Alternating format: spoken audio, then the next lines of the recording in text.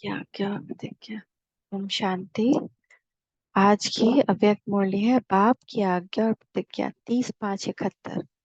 बाप दादा आज्ञा भी करते हैं और प्रतिज्ञा भी करते हैं।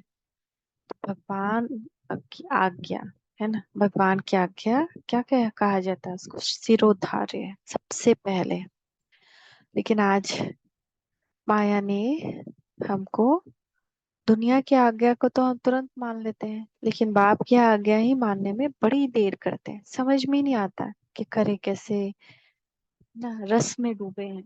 ऐसे कौन से महावाक्य हैं जिसमें आज्ञा भी आ जाए और प्रतिज्ञा भी आ जाए?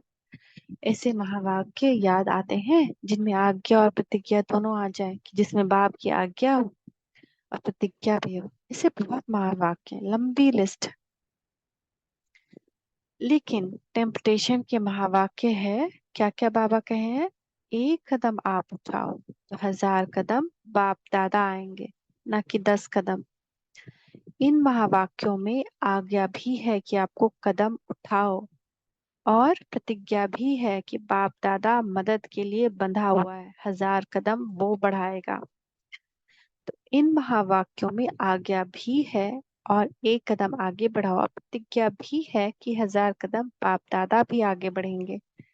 इसे उमंग उत्साह दिलाने वाले महावाक्य सदैव स्मृति में रहनी चाहिए। आज्ञा को पालन करने से बाप की जो प्रतिज्ञा है उससे सहज रीति अपने को आगे बढ़ा सकेंगे, क्योंकि फिर प्रतिज्ञा मदद का रूप बन जाती है। एक अपनी हिम्मत, दूसरी मदद, जब दोनों मिल जाते हैं तो सहज हो जाता है। इसीलिए ऐसे ऐसे महावाक्य सदैव स्मृति में रहना चाहिए। स्मृति ही समर्थी लाती है।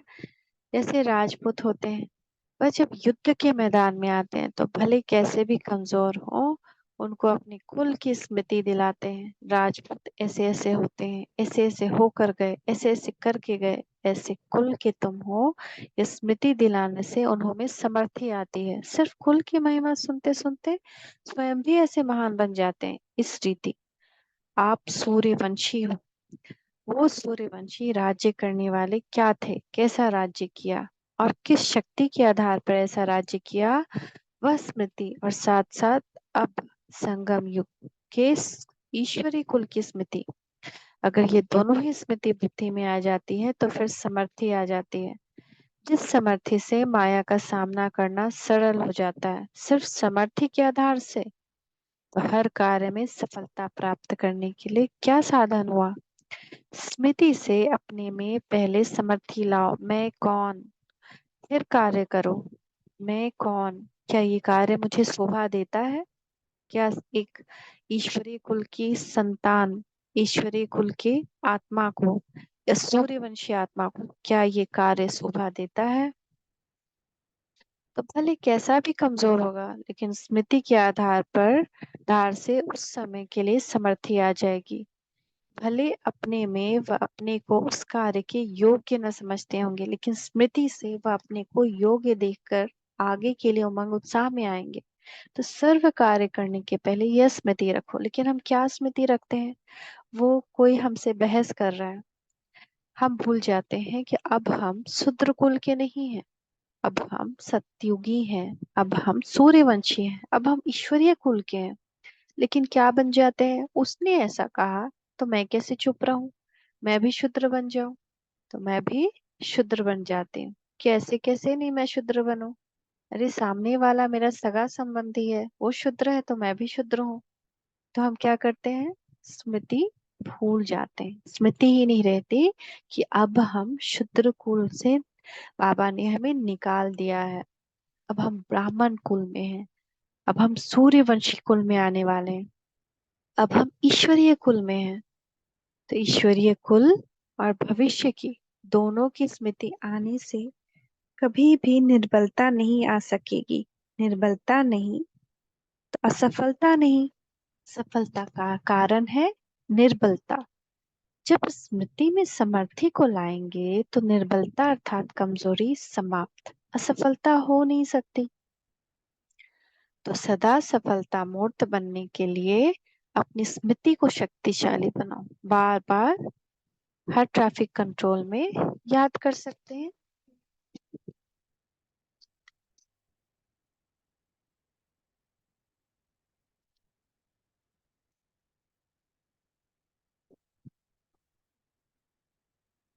तो सदा सफलता मूर्त बनने के लिए अपनी स्मृति को शक्तिशाली बनाओ, फिर स्वयं ही वह स्वरूप बन जाएंगे। जैसी जैसी स्मृति होगी वैसा स्वरूप अपने को महसूस करेंगे। स्मृति होगी कि मैं शक्ति हूँ, तो शक्ति स्वरूप बन करके सामना कर सकेंगे।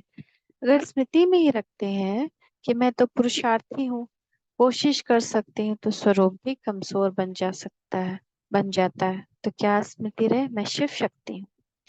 स्मृति को शक्तिशाली बनाने से स्वरूप भी शक्ति का बन जाएगा। तो ये सफलता का तरीका है। फिर यह बोल नहीं सकेंगे कि चाहते हुए भी क्यों नहीं होता। चाहना के साथ समर्थी भी चाहिए, और समर्थी आएगी स्मृति से।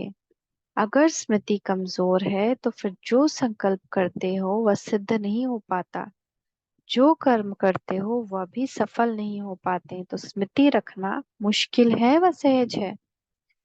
जो सहज बात होती है निरंतर भी रह सकती है। स्मृति भले निरंतर रहती भी है, लेकिन एक होती है साधारण स्मृति, दूसरी होती है पावरफुल स्मृति। साधारण रूप में तो स्मृति रहती है, लेकिन पावरफुल स्मृति रहनी चाहिए। जैसे कोई जज होता है तो उनका सारा दिन अपने जज पने की स्मृति तो रहती है, लेकिन जिस समय खास कुर्सी पर बैठता उस समय सारे दिन की स्मृति से पावरफुल स्मृति पर होती है। तो ड्यूटी अर्थात कर्तव्य पर रहने से पावरफुल स्मृति रहती है, और वैसे साधारण स्मृति रहती है ना। तो बाबा ने जो ड्रेस दिया, बैच दिया, वो क्यों दिया? ताकि उसमें हमारी स्मृति पावरफुल रहे। तो आप भी साधारण स्मृति में तो रहते हो, लेकिन पावरफुल स्मृति जिससे बिल्कुल वह स्वरूप बन जाए, और स्वरूप की सिद्धि सफलता मिले, वह कितने समय रहती है? इसकी प्रैक्टिस कर रहे हो ना। निरंतर समझो कि हम ईश्वरीय सर्विस पर हैं। भले कर्मणा सर्विस भी कर रहे हो, फिर भी समझो मैं ईश्वरीय सर्विस पर हूँ। भले भोजन बनाते हो, वह तो स्थूल कार्य है, लेकिन भोजन में ईश्वरीय संस्कार भरना, भोजन को पावरफुल बनाना, वह तो ईश्वरीय सर्विस हुई ना। जैसा अन्न वैसा मन कहा जाता है। तो भोजन बनाते समय ईश्वरीय स्वरूप होगा, तब उस अन्न का असर मन पर होगा। तो भोजन बनाने का स्थूल कार्य करते भी ईश्वरीय सर्विस पर हो ना। आप लिखते भी हो ऑन गॉडली सर्विस ओनली, तो उसका भावार्थ क्या हुआ? हम ईश्वरीय संतान सिर्फ और सदैव इसी सर्विस के लिए ही हैं। फल उसका स्वरूप स्थूल सर्विस का है, लेकिन उसमें भी सदा सदैव ईश्वरीय सर्विस में हो। जब तक यह ईश्वरीय जन्म है, तब तक हर सेकंड, हर संकल्प, हर कार्य ईश्वरीय सर्विस है। वह लोग थोड़े टाइम के लिए कुर्सी पर बैठ अपनी सर्विस करते हैं, लेकिन आप लोगों के लिए यह नहीं है। सदैव अपनी सर्विस के स्थान पर कहाँ भी हो तो स्मृति में रहना चाहिए।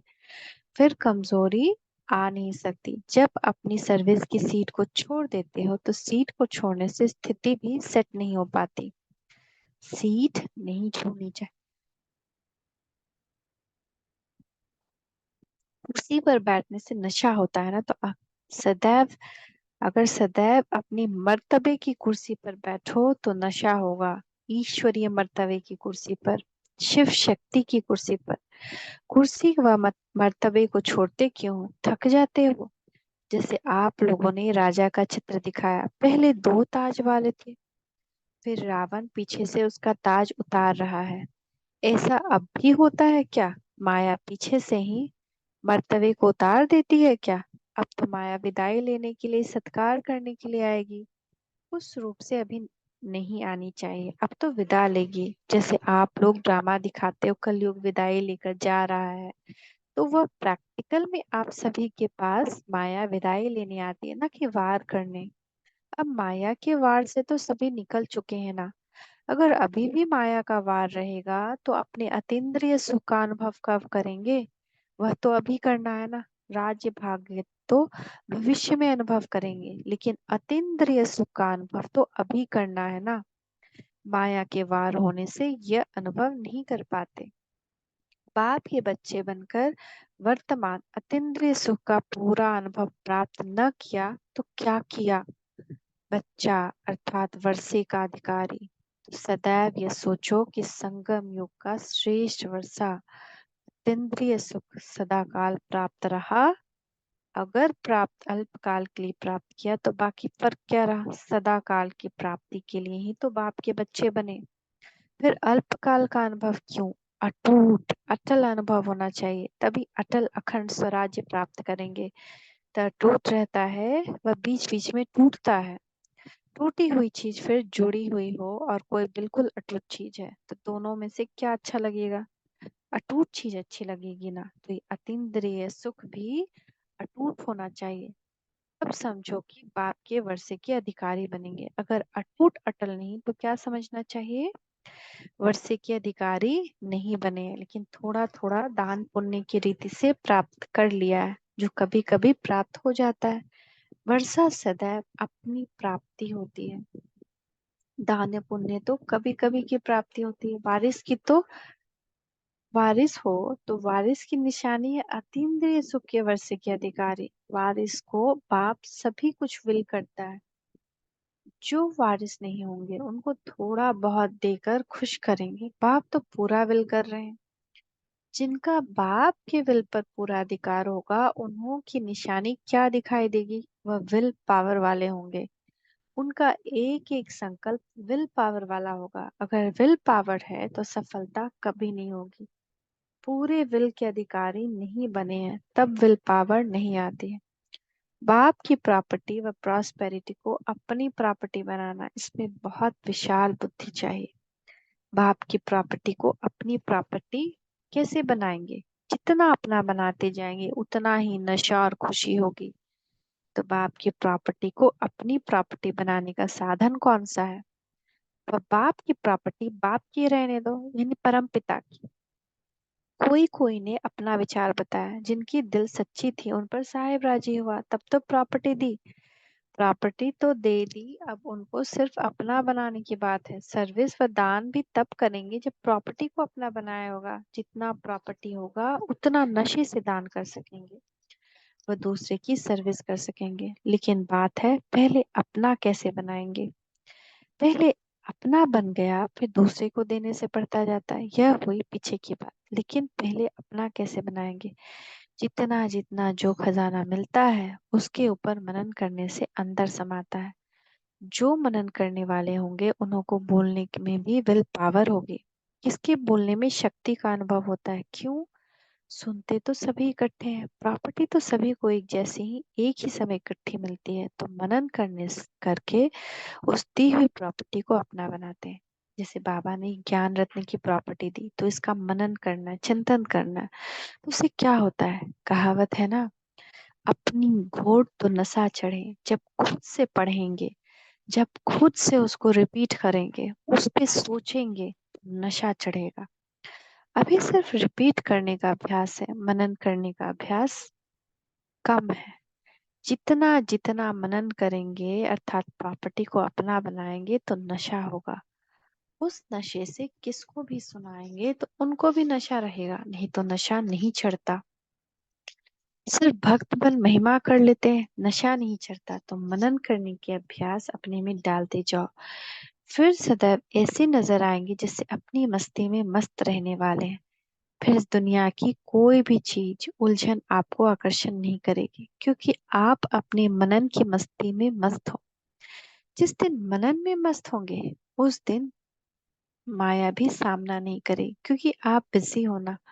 अगर कोई बिजी होता है तो दूसरा अगर आएगा भी तो लौट जाएगा, लेकिन वह लोग अंडरग्राउंड चले जाते हैं ना। आप भी मनन करने से अंदर अर्थात अंडरग्राउंड चले जाते हो। अंडरग्राउंड रहने से बाहर के बॉम्ब आदि का असर नहीं होता है। बाहर माया कितने भी बॉम्ब गिराए, कितने भी सिचुएशन आए, है ना, कोई असर नहीं होगा। इस रीति से मनन में रहने से, अंतर्मुखी रहने से बाहर मुक्ता की बातें डिस्टर्ब नहीं करेगी।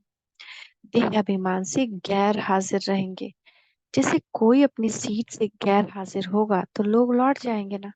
आप भी मनन में अर्थात अंतर्मुखी रहने से देह अभिमान की सीट को छोड़ देते हो, फिर माया लौट जाएगी, क्योंकि आप अंतर्मुखी अर्थात अंडरग्राउंड हो। आजकल अंडरग्राउंड बहुत बनाते जाते हैं सेफ्टी के लिए, तो आपके लिए भी सेफ्टी का साधन यही अंतर्मुखता अर्थात दे अभिमान से अंडरग्राउंड। अंडरग्राउंड में रहना अच्छा लगता है ना, जिसका अभ्यास नहीं होता वह थोड़ा टाइम रह फिर बाहर मुक्ता में आ जाते हैं, क्योंकि बहुत जन्मों के संसार बाहर मुक्ता के हैं ना। तो क्या होता है, जैसे ही कोई कुछ बोलना शुरू किया हम भी स्टार्ट हो गए, तो ये बाहर मुक्ता में आना हुआ। अंडरग्राउंड कौन रहेगा, जो बाहर कोई कुछ बोल रहा हो लेकिन हम मनन चिंतन में अंदर ही अंदर याद में मगन है, तो अंडरग्राउंड है। तो अंतर्मुखता में कम रह पाते हैं, इसलिए रहना निरंतर अंतर्मुखी है। अच्छा, मीठे मीठे बाप दादा को गुड मॉर्निंग, शुक्रिया। ओम शांति, ओम शांति, ओम शांति।